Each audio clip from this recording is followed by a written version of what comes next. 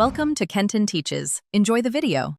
In this video, I will explain how to make delicious Injoy ice cream. First, gather your essential ingredients, the Injoy ice cream mix and cold water. You'll also need a clean mixing bowl and a whisk. Always check your Injoy package for specific water ratios and any additional tools required. Preparing everything beforehand makes the process smooth and enjoyable, ensuring a perfect batch every time. Now, let's mix. Pour the Injoy ice cream powder into your mixing bowl. Carefully add the exact amount of cold water as indicated on the package. Using a whisk, stir vigorously for about 2 to 3 minutes until the mixture is completely smooth and all powder lumps have dissolved.